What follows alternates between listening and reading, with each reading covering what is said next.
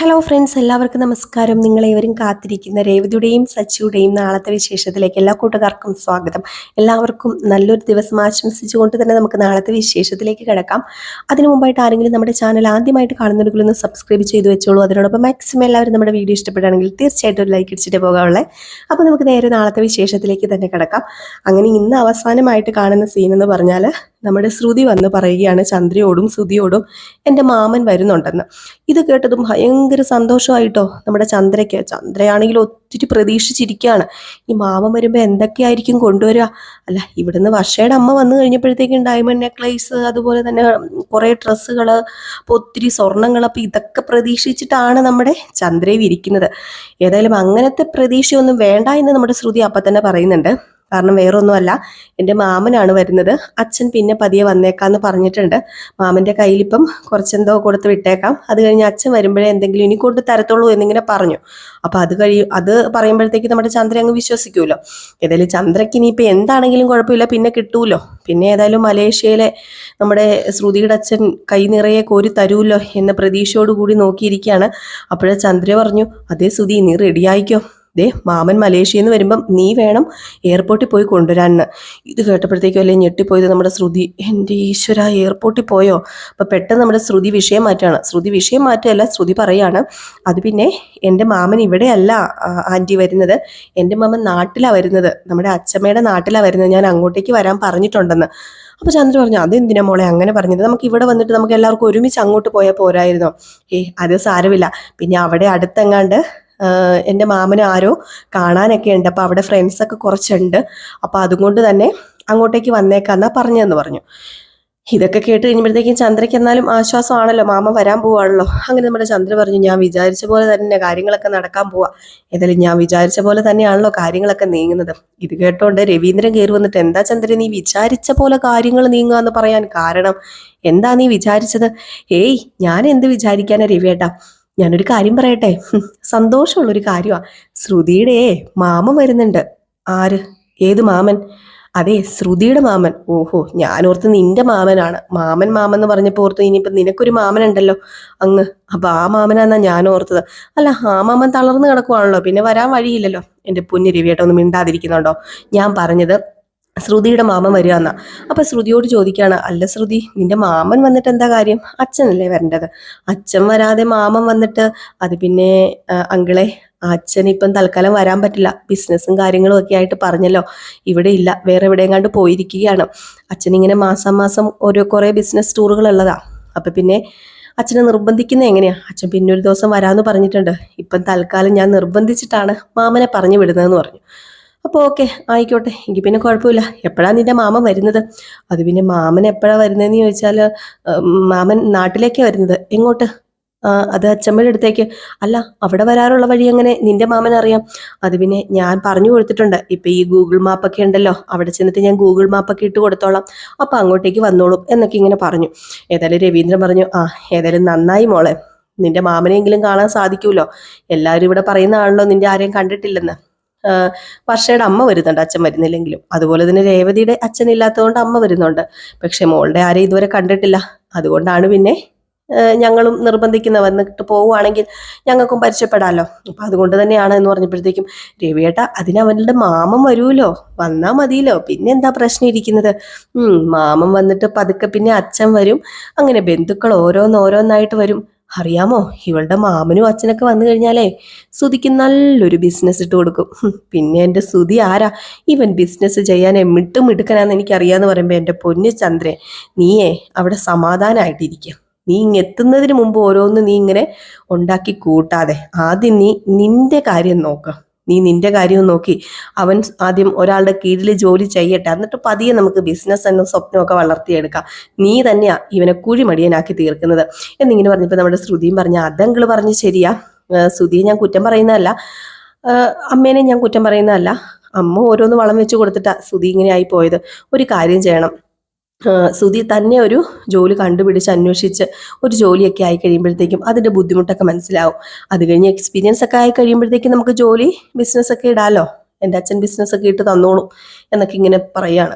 എന്നാൽ ഈ സമയം രവീന്ദ്രൻ പറഞ്ഞു, എങ്കിൽ പിന്നെ എല്ലാവരും പോയി കിടക്കും, നാളെ രാവിലെ നമുക്ക് പോകേണ്ടതല്ലേ, നാളെ രാവിലെ തന്നെ നാട്ടിൽ പോകണം എന്നിങ്ങനെ പറയാം. അങ്ങനെ പിന്നെ കാണിക്കുന്ന സീൻ എന്ന് പറഞ്ഞാൽ നേരം പരപരാ വെളുക്കുന്നു. രവീന്ദ്രനാണെങ്കിൽ ചന്ദ്രയോട് പറയും, എല്ലാവരും റെഡിയായോടി, എല്ലാവരും റെഡിയായോ എന്ന് ചെന്ന് നോക്കാൻ പറഞ്ഞു.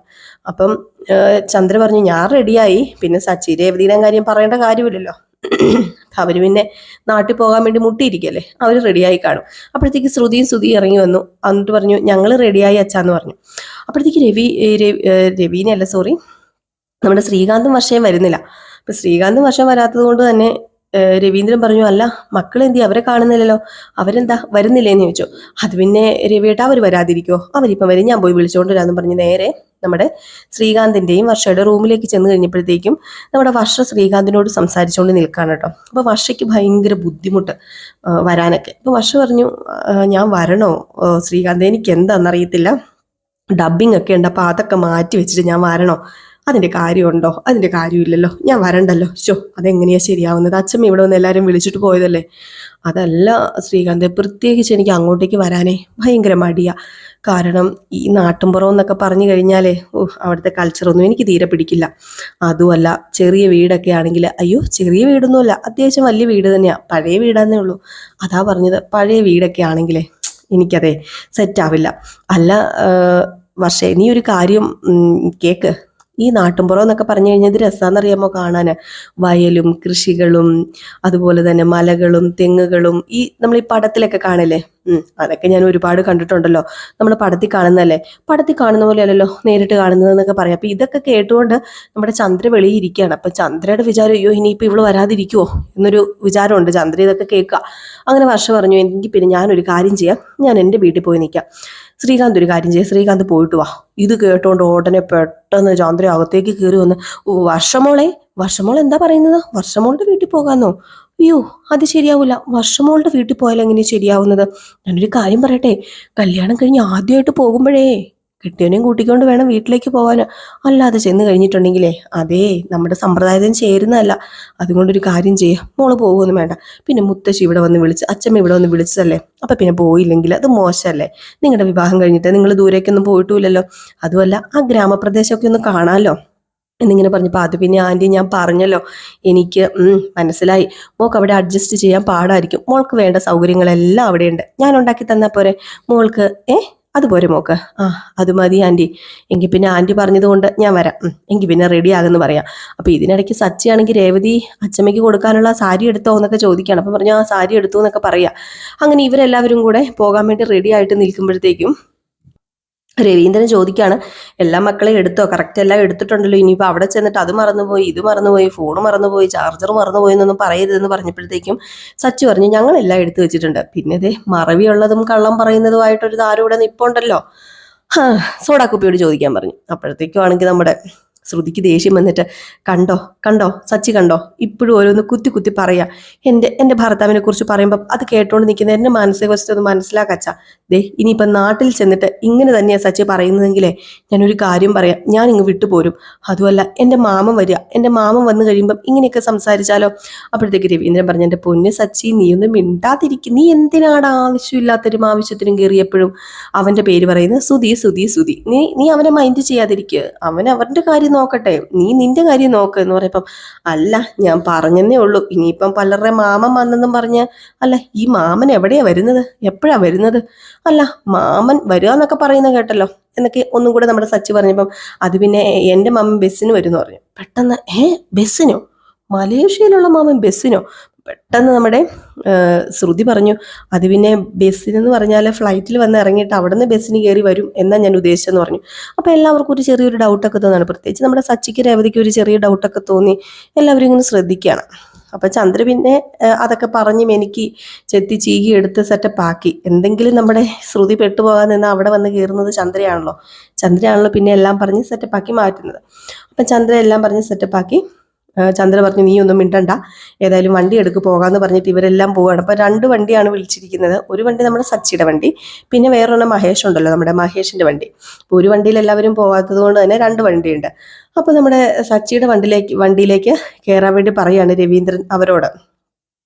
ആരോട്, വർഷയോടും ശ്രീകാന്തിനോടും ഒക്കെ. അപ്പോഴത്തേക്കും വർഷ പറഞ്ഞു, അയ്യോ ഞാനും വരുന്നില്ല, അവിടം വരെ എനിക്ക് വയ്യ ചലിച്ച് പോകാൻ, എന്തെങ്കിലും പറഞ്ഞ് പിന്നെ വടിയാകുമെന്ന് പറഞ്ഞപ്പോഴത്തേക്ക് ശ്രുതിയും പറഞ്ഞു, എനിക്കും പറ്റത്തില്ല ആ വണ്ടി കയറാൻ, ഞാൻ ആ വണ്ടി കയറത്തില്ല, എന്തിനാ വെറുതെ അടിയും ബഹളമായിട്ട് പോകുന്നത്, എന്നെക്കൊണ്ട് പറ്റത്തില്ലെന്ന് പറഞ്ഞു.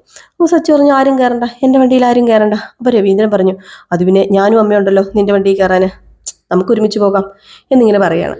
എന്നിട്ട് സച്ചിയോട് പറഞ്ഞു, സച്ചി നീ ഒരു കാര്യം ചെയ്യുക, അവളെ ഫ്രണ്ടിൽ കയറ്റാൻ പറഞ്ഞു.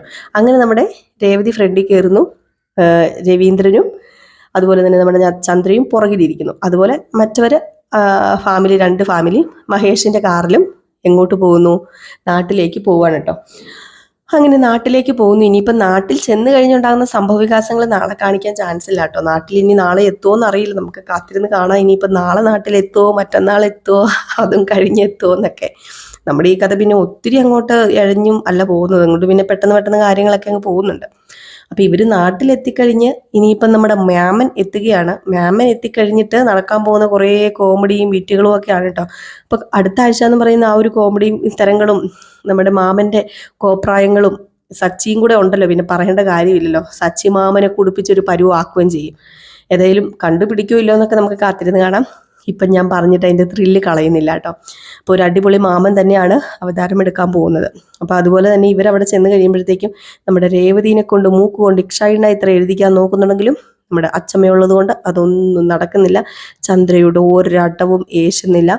ചന്ദ്രയാണെങ്കിലും മാമൻ വരുവാണല്ലോ എന്ന് പറഞ്ഞുകൊണ്ട് കരിമീൻ ഉണ്ടാക്കാൻ പറയുന്നു, chicken fry, chicken stove, mutton, beef എല്ലാം ഇങ്ങോട്ട് ഉണ്ടാക്കാൻ എന്താ പറയുക, കഴുതനെ പണിയെടുപ്പിക്കുന്ന പോലെ പണിയെടുപ്പിക്കാൻ വേണ്ടിയുള്ള പുറപ്പാടിലാണ്.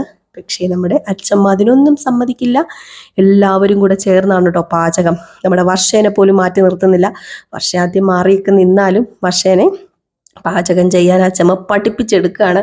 അതിൻ്റെ ഇടയിലും കുറേ കോമഡിയും വിറ്റുകളും ഒക്കെ ഉണ്ട് കേട്ടോ. അപ്പോൾ ഇവയൊക്കെ ഓർത്തിണക്കിക്കൊണ്ടൊരു അടിപൊളി വിശേഷമാണ് കേട്ടോ നമ്മൾ നാളെ കാണാൻ പോകുന്നത്. അപ്പോൾ മിസ് ചെയ്ത് കളയാതെ എല്ലാവരും കാണുക. ഇന്നിനി നമ്മൾ വൈകിട്ട് പ്രേമവിശേഷം ഇടുന്നതല്ലായിരിക്കും. നയനുടെയും ആദർശൻ്റെയും പ്രേമവിശേഷം നമ്മൾ വൈകിട്ട് ഇടാം കേട്ടോ. ഇതിപ്പം ഇന്ന് ഉച്ചയ്ക്ക് ഇട്ടത് കൊണ്ട് ഞാൻ ഉച്ചയ്ക്കിടുന്ന ദിവസങ്ങളിൽ വൈകിട്ട് പ്രേമവിശേഷം നമ്മൾ ഇടാറില്ല. അപ്പോൾ അതുകൊണ്ടാണ് കേട്ടോ എടുത്ത് പറഞ്ഞത്. പിന്നെ ഇന്ന് ശിവരാത്രിയൊക്കെ അല്ലേ, ഞങ്ങൾക്കും ഇവിടെ അടുത്തൊരു അമ്പലമുണ്ട്, അയ്യപ്പൻ കോവിൽ ക്ഷേത്രമാണ് കേട്ടോ. അപ്പം ഇടുക്കിക്കാരൊക്കെ ഉണ്ടോ നിങ്ങൾക്കൊക്കെ അറിയാതിരിക്കാം. ഞങ്ങളുടെ ഇവിടെ നല്ല ഇടുക്കിയിൽ വെച്ച് ഏറ്റവും വലിയ ശിവരാത്രി മഹോത്സവം നടക്കുന്നത് ഇവിടെ അയ്യപ്പൻ കോവിൽ. അത് അയ്യപ്പൻ്റെ ക്ഷേത്രമാണ്, പക്ഷേ ശിവരാത്രി മഹോത്സവമാണ് അവിടുത്തെ പ്രധാന മഹോത്സവം എന്ന് പറഞ്ഞാൽ. അപ്പോൾ അവിടെയാണ് നടക്കുന്നത്. അപ്പോൾ അവിടേക്കൊന്ന് പോകണം, കാണണം. ആയിരക്കണക്കിന് ജനങ്ങൾ വരുന്നുണ്ട് കേട്ടോ. 10,000-കണക്കിന് ജനങ്ങൾ വരുന്നൊരു ഉത്സവമാണ്. അപ്പം അടിപൊളിയാണ്. അപ്പോൾ അവിടേക്കൊന്ന് പോയി കാണണം. അപ്പം നിങ്ങൾക്ക് എല്ലാവർക്കും ഒരു അടിപൊളി ശിവരാത്രി മഹോത്സവ ആശംസകളൊക്കെ നേരുന്നു. ശിവരാത്രിയൊക്കെ അടുത്തുള്ള അമ്പലങ്ങളിലൊക്കെ എല്ലാവരും പോവുക, സന്തോഷമായിട്ട് ശിവരാത്രിയൊക്കെ കൂടുക. അപ്പോൾ എല്ലാവർക്കും വീണ്ടും നല്ലൊരു ദിവസം ആശംസിച്ചുകൊണ്ട് നിർത്തിയാണ്. നെക്സ്റ്റ് വീഡിയോ ആയിട്ട് വരാം കേട്ടോ. അതുവരെ എല്ലാവർക്കും ടാറ്റാ, ബൈ ബൈ.